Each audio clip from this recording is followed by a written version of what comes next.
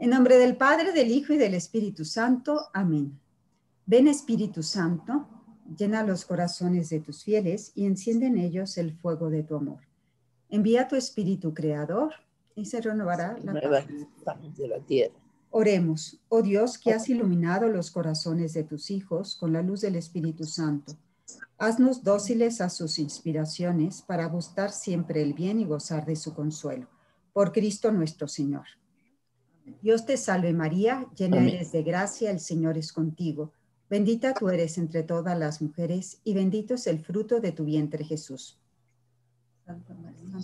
Santa María, Madre de Dios, ruega por nosotros pecadores, ahora y en la hora de nuestra muerte. Amén.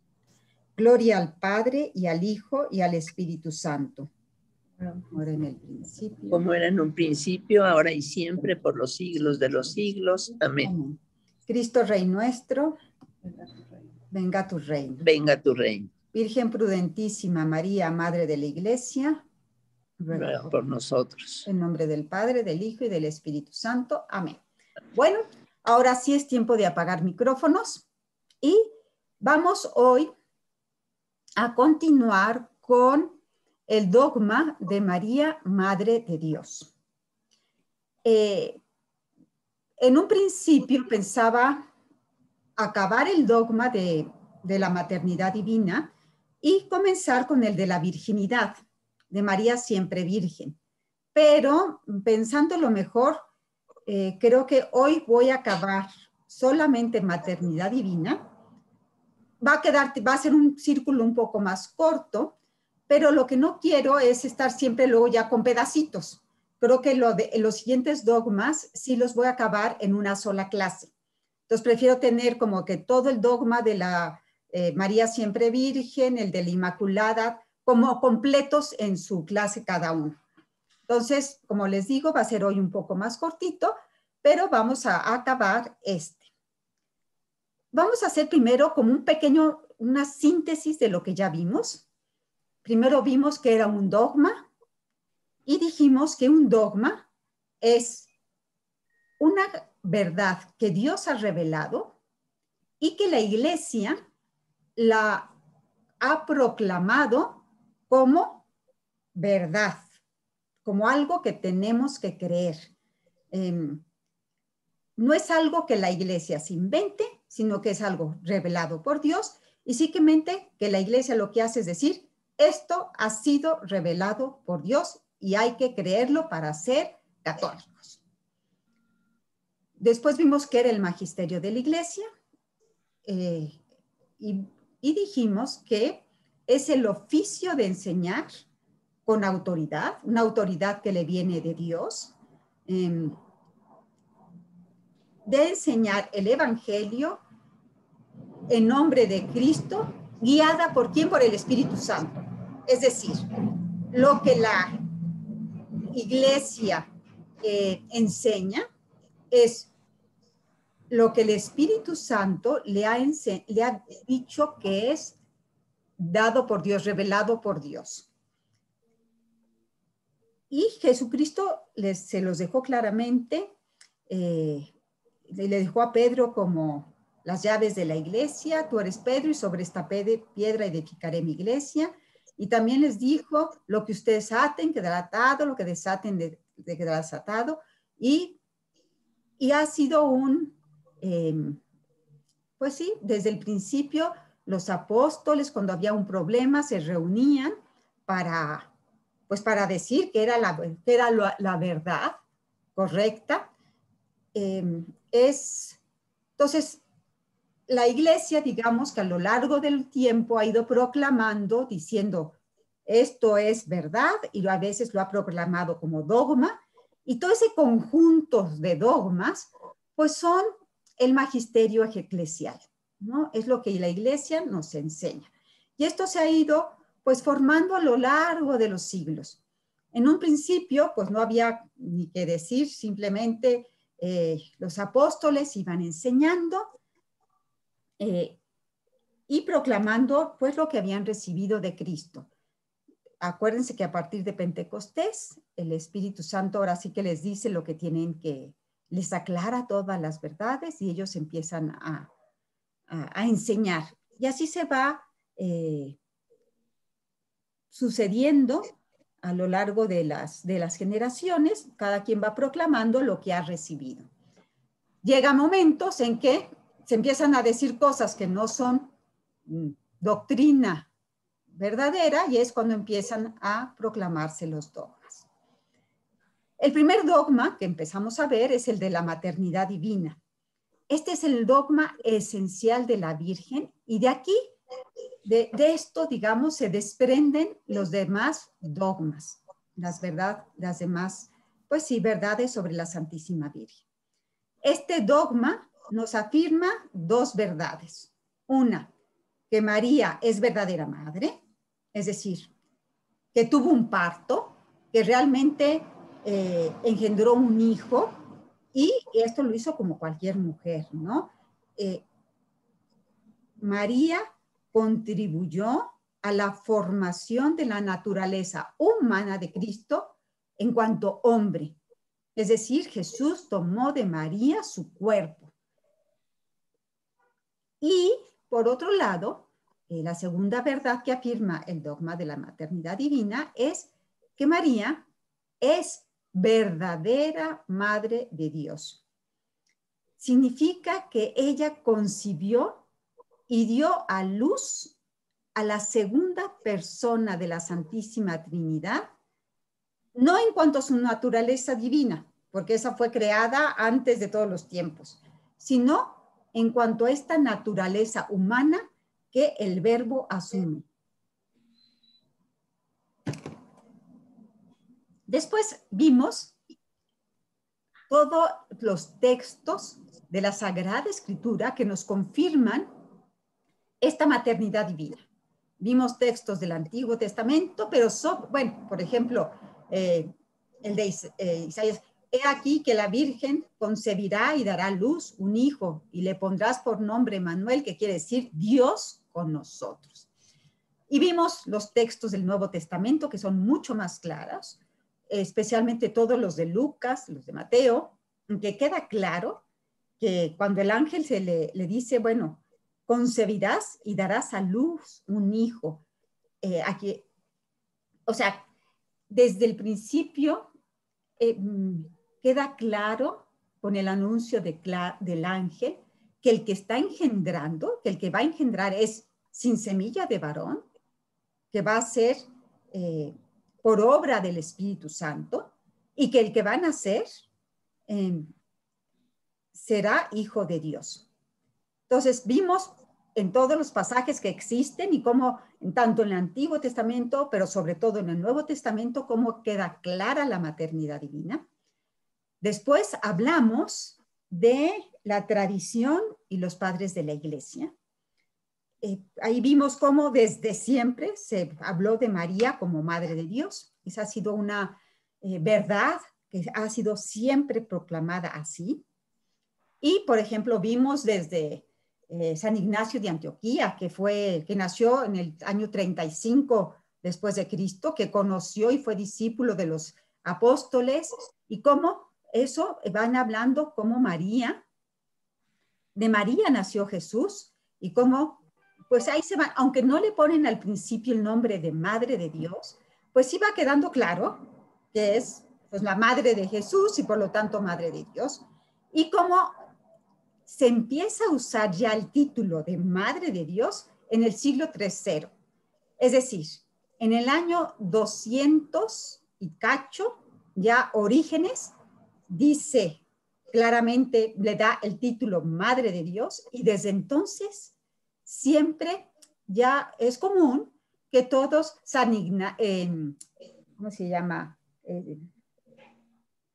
San Agustín, o sea, ya todos los demás padres de la Iglesia ya empiezan a hablar de ella, San Irineo, etcétera, ya empiezan a hablar de ella como Madre de Dios. A partir del siglo III ya es como común que se use este título de Madre de Dios. Tanto es así como vimos que se encontraron un papiro en Egipto en el que se data, los estudiosos lo han datado como alrededor del año 250, que es la oración que nosotros rezamos bajo tu protección, ¿no? Bajo tu protección nos acogemos, Santa Madre de Dios. No deseches las súplicas que te dirigimos en nuestras necesidades. Antes bien, pero fíjense, empieza, bajo tu protección nos acogemos, Santa Madre de Dios. Es decir, ya allí hay una oración en que no solo se reconoce a María como Madre de Dios, sino que además se le reza a ella. Se le ve como ya una intercesora, como alguien bajo tu protección, ¿no? Alguien que está pendiente de sus hijos.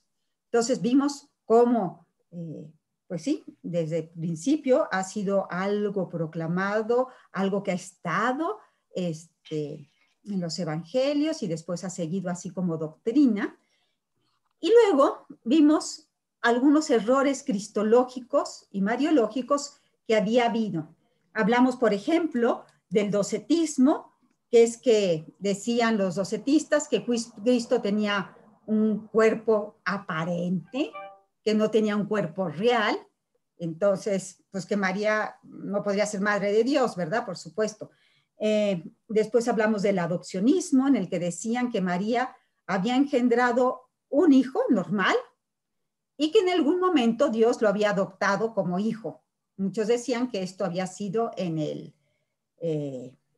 bautismo. También vimos a los monofisistas que negaban que Jesús tuviera dos naturalezas.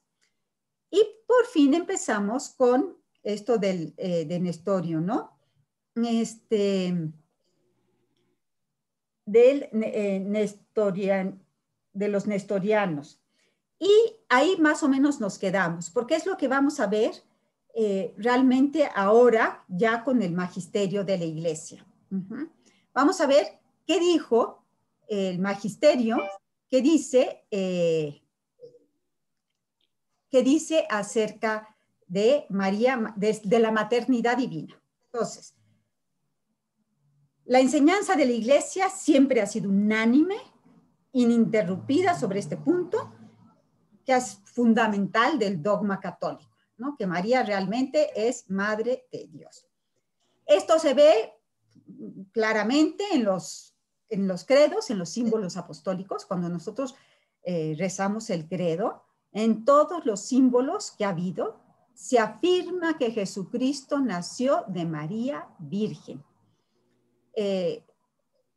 Jesucristo por nosotros los hombres y por nuestra salvación bajó del cielo y por obra del Espíritu Santo se encarnó de María Virgen y se hizo hombre. Entonces queda claro que María se encarnó. Y vamos a ver qué dice, qué fue lo que sucedió para que algo que desde siempre pues estaba ya como dicho, de repente se proclamó como dogma, ¿ok?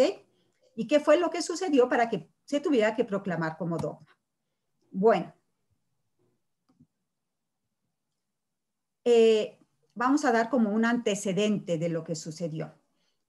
Resulta que estamos en el año 428, víspera de Navidad, o sea, estamos en el 23 de diciembre por la noche, en Constantinopla, en la Catedral de Sofía.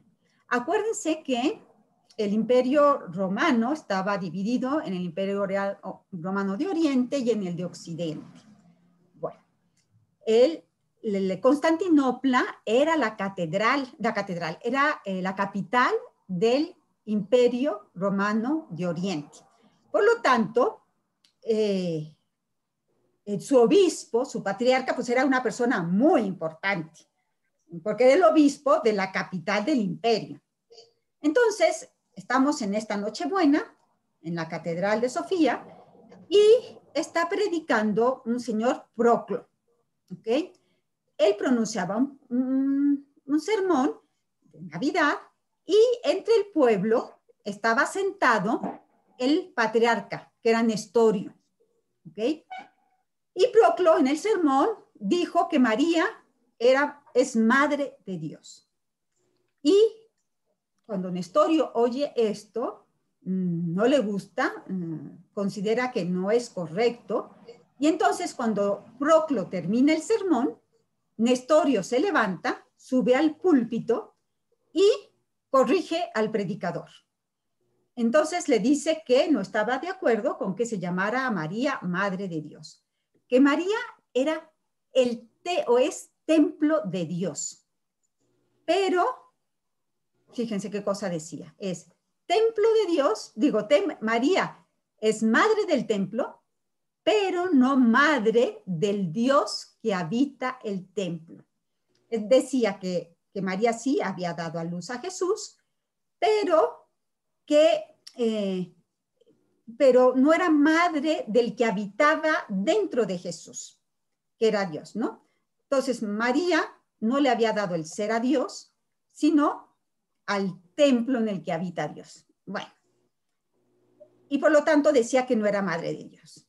Pero fíjense cómo eran las cosas, o sea, era algo tan común, tan afianzado en el pueblo, que los mismos asistentes empezaron a levantar la voz y a contradecir a su obispo, a contradecir al patriarca de Constantinopla. Y le empezaron a decir que no, que el que tenía razón era Proclo. Y entre ellos, entre los que estaban alegando, pues se levantó un abogado que se llamaba Eusebio y dijo que no. Y les dice esto que es muy correcto. El Verbo Eterno, por segunda vez, nace de la Virgen María. O sea, le estaba diciendo, no, espérame, sí, María sí es madre de Dios. Entonces vamos a ver, o sea, este es como el antecedente, ¿no? Esto sucede con una figura muy importante que es Nestorio, porque les digo, era el obispo de la capital del imperio. Y estamos pues a finales del 28 y se convoca al concilio de Éfeso, que es en el año 431. Quiere decir que durante todo ese tiempo entre que están discutiendo, hay muchas discusiones, se convoca al concilio y el concilio de Éfeso va a ser un concilio principalmente cristológico, porque de lo que está aquí en juego, pues es la naturaleza de Cristo, ¿no? O sea, Cristo, ¿qué es? ¿No? Entonces, este concilio, como les digo, fue convocado para aclarar y defender la recta fe en contra de lo que estaba afirmando Nestorio, que era el patriarca, ¿no? Fíjense qué importante es esto, porque la fe no es lo que dice un sacerdote, la fe no es lo que dice un obispo, la fe es lo que nos dice la iglesia, porque puede haber momentos en que algún obispo que es humano, con ideas que a veces por ser muy razonables, pues se pierden, ¿no? Como puede ser ahora algunos obispos en Alemania, pues que están diciendo cosas que no, que son contrarias a la costumbre, ¿no? Queriendo hacer, pues sí, casamientos de homosexuales y cosas de ese tipo. Bueno, entonces, Nestorio afirmaba, lo que Nestorio estaba acabando de decir, es que en Jesucristo había dos personas. ¿Y se acuerdan ustedes qué es lo que dice la iglesia? O sea, es tres, pues un solo Dios, tres personas divinas, pero, o sea, las personas son el Padre, el Hijo y el Espíritu Santo. Y Jesucristo es una persona divina que tiene dos naturalezas, una humana y una divina.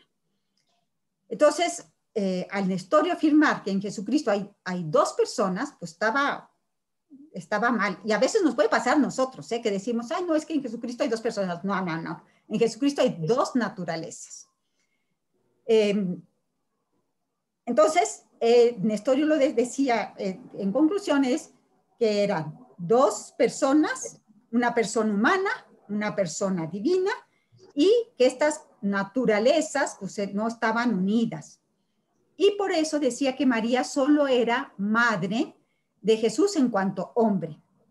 Y que, pues dado que lo que nació de María era solo hombre, pues María no podría decirse que era madre de Dios.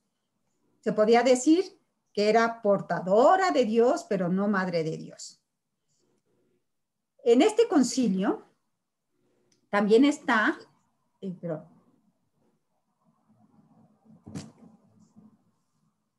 este concilio también, bueno, están todos los obispos, pero en este concilio tiene una importancia grande San Cirilio, que era el patriarca de Alejandría.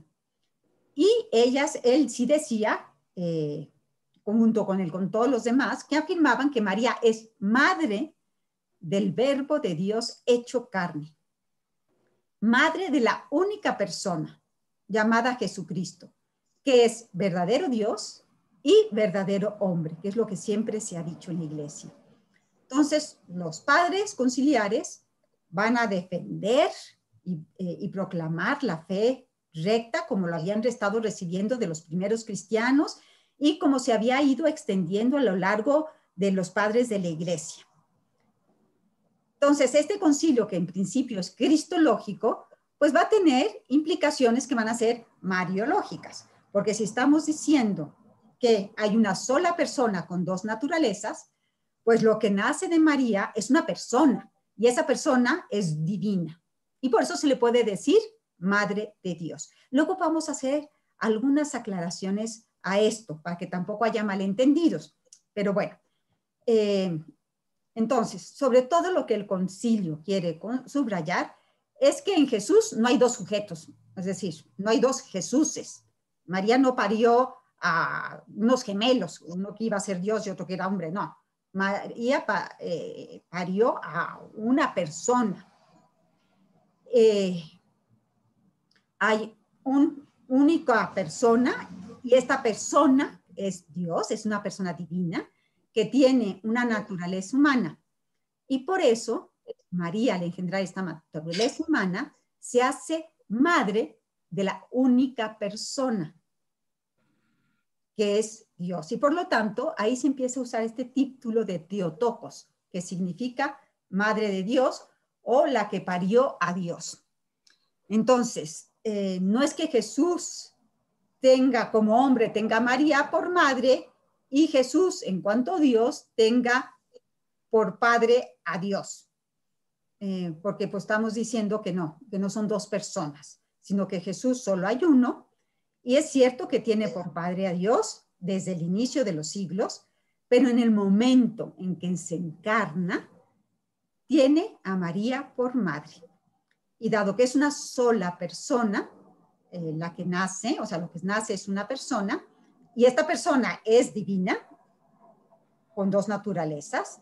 María, al ser, a Jesús al asumir esta naturaleza humana, sin dejar de ser Dios, lo que nace de María se puede llamar, es hijo de Dios, y por lo tanto María es madre de Dios. ¿Qué dice el concilio? O sea, ¿cómo define? ¿Cuál es esa definición que pone el concilio y que son el dogma? Dice, si alguno confesare que el Emmanuel, es decir, Cristo, si alguno, no confesare que el Emmanuel es verdaderamente Dios y que por lo tanto la Santísima Virgen es Madre de Dios. ¿Por qué es Madre de Dios? Porque parió según la carne al Verbo de Dios hecho carne, sea anatema. Y esta palabra de sea anatema significa quien no crea esto está fuera de la comunión de la iglesia. Entonces, si alguno no confesare que Cristo es verdadero Dios y que por lo tanto la Santísima Virgen es Madre de Dios porque parió según la carne al Verbo de Dios hecho carne, sea anatema. Y también dice, porque no nació primeramente un hombre vulgar de la Santísima Virgen. Fíjense que aquí estaba como que está hablándole casi a los adopcionistas, porque ellos decían que había nacido un hombre y que después, pues, Dios lo había adoptado. Entonces dice, porque no nació primeramente... ¿Qué tal? Ay, perdón, Señor alguien tiene su Rosario. micrófono Sí. abierto, si lo puede cerrar. ¿Qué? Porque no nació primeramente un hombre vulgar de la Santísima Virgen y luego descendió sobre él el Verbo, sino que unido desde el seno materno, se dice que se sometió a nacimiento carnal como quien hace suyo el nacimiento de la propia carne. De esta manera, los santos padres no tuvieron inconveniente en llamar Madre de Dios a la Santa Virgen. No ciertamente porque la naturaleza del Verbo o su divinidad hubiera tenido origen de la Santa Virgen. Es decir, de María no obtiene Jesús su divinidad. No, ¿no? No porque la naturaleza del Verbo o su divinidad hubiera tenido origen de la Santa Virgen, sino porque nació de ella el santo cuerpo dotado de alma racional a la cual el Verbo se unió sustancialmente. Es decir, es una sola sustancia, una sola persona.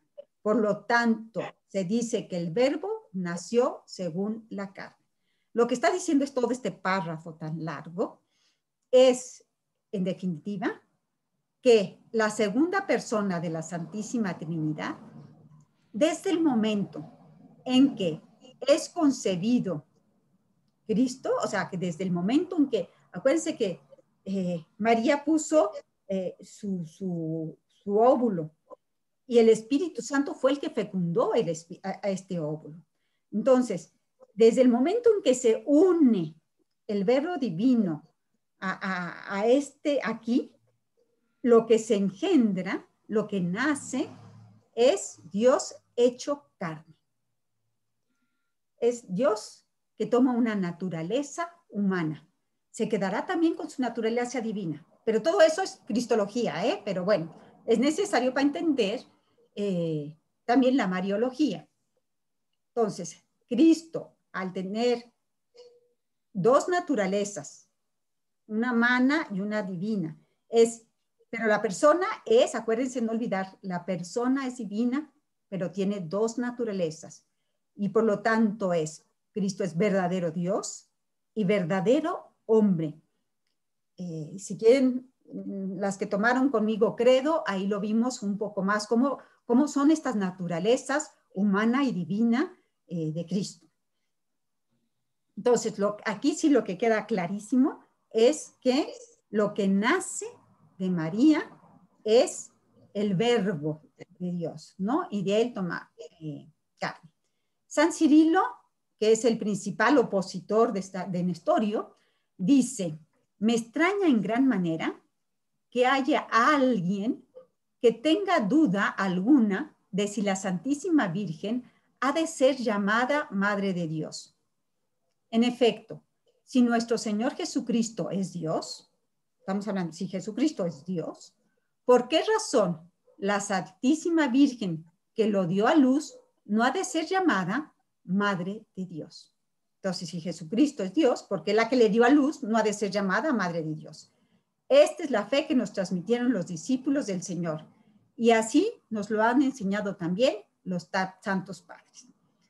Entonces, aquí en Éfeso, en el concilio de Éfeso, queda proclamado el dogma de la maternidad divina, y este dogma va a seguir siendo repetido por todos los siguientes concilios, ¿no? El concilio de Calcedonia, el segundo de Constantinopla, el tercero de Constantinopla, etc. Ahora, quisiera hacer unas reflexiones sobre esto de la maternidad divina para que no haya confusión. Entonces, algunas conclusiones. Vamos a ver, la primera. La acción generativa de María, o sea, lo que María concibió, tuvo como resultado a la persona divina del Verbo preexistente. Entonces, Dios, la segunda persona, existe desde siempre, ¿no? Es la segunda persona de la Santísima Trinidad. Y esta persona de la Santísima Trinidad es engendrada, no creada, como decimos en el credo, ¿se acuerdan? Creemos solo Dios de Dios, luz de luz, Dios verdadero de Dios verdadero. O sea, está todo el tiempo en el credo diciendo, es luz de luz, Dios de Dios, o sea, Dios verdadero, engendrado, no creado, de la misma naturaleza del Padre. Pero que, pues entonces, la Santísima Trinidad, es que acuérdense, esto es un misterio, ¿eh? Y si uno no lo entiende totalmente, es normal. Entonces, Dios desde toda la eternidad existe. En un momento de la historia, asume la naturaleza humana, una naturaleza humana que es perfecta, y se unió a esta naturaleza humana con una unión hipostática, es decir, una unión teniendo una sola persona. Entonces, la segunda persona de la Santísima Trinidad, el Verbo eterno, en un momento se encarna y de ahí se encarna con una naturaleza humana verdadera, y por eso María es madre de Dios, no de un hombre al que está unido Dios, sino un hombre que es Dios, que tiene que tiene una sola persona, y esta persona es divina. Entonces, María, espero que no estarlas haciendo bolas, ¿eh? María es, pues, madre de Jesucristo, que es Dios y hombre verdadero. Ella le da la carne a Jesús en el tiempo, y al darle la carne, pues es lo que nace, que es la persona, que es una persona divina, por eso se le puede decir madre de Dios. Antes de venir al mundo, obviamente, María no era madre de Dios, ¿verdad? Entonces, obvio. María, o sea, no sé, si hablamos de Adán y Eva, pues por supuesto que María no es madre de Dios. María empieza a ser madre de Dios desde el momento de la encarnación. En el momento en que el Verbo toma carne, desde ese momento se puede llamar a María madre de Dios. Es decir, Abraham, Moisés, etcétera, no podrían hablar de María como madre de Dios, porque María ni siquiera existía. En ese entonces solo estaba la Santísima Trinidad. Entonces, antes de que el Verbo viniese, se hiciese carne, pues no tenías tu naturaleza humana. María, entonces, antes de venir al mundo, María no era madre de Dios, hasta el momento en que el Verbo toma carne de ella. María no desarrolla su maternidad en la generación divina de Jesús, en cuanto Verbo eterno.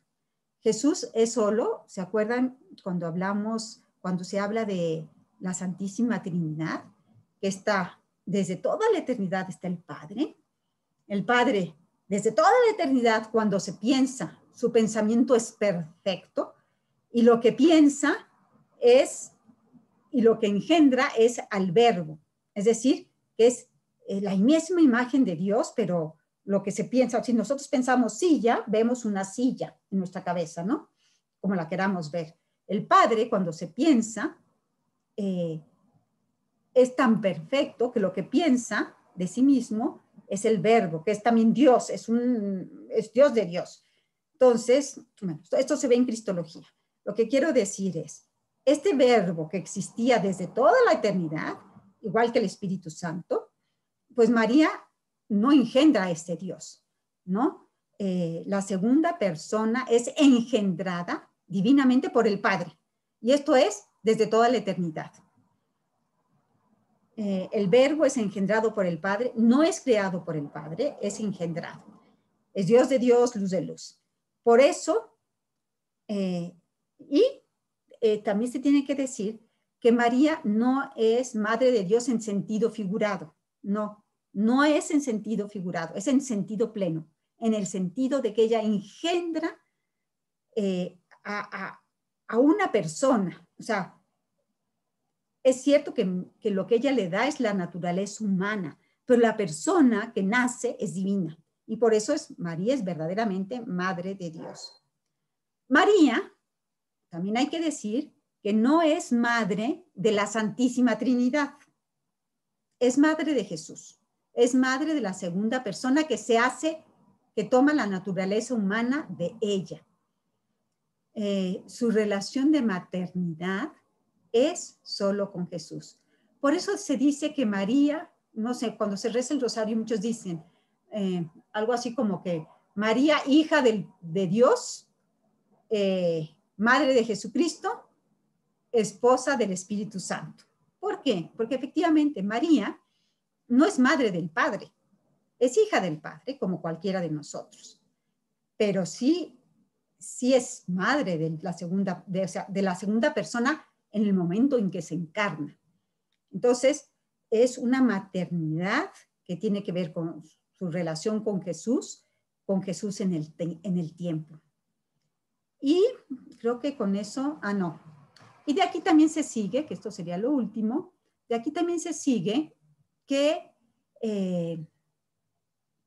si María es madre de Jesús y Jesús es la cabeza del cuerpo, que es la iglesia, de ahí se va a seguir que María es madre de la iglesia. No es solo madre de Jesús, sino que es mi madre. Y cada quien puede decir, María es mi mamá. Y que cuando Jesús en la cruz le dice a María, he aquí a tu madre, a Juan, y he aquí a tu hijo, a María, en ese he aquí a tu hijo estábamos nosotros todos representados. Entonces María realmente no solo es madre del Redentor, sino que es madre de todos los redimidos y por lo tanto es mi madre. Bueno, con esto concluimos. Les dije que hoy iba a ser un poco más corto. Y voy a pasar a preguntas. Déjenme pausar, dejar de grabar. Espérenme. Vamos a parar la grabación.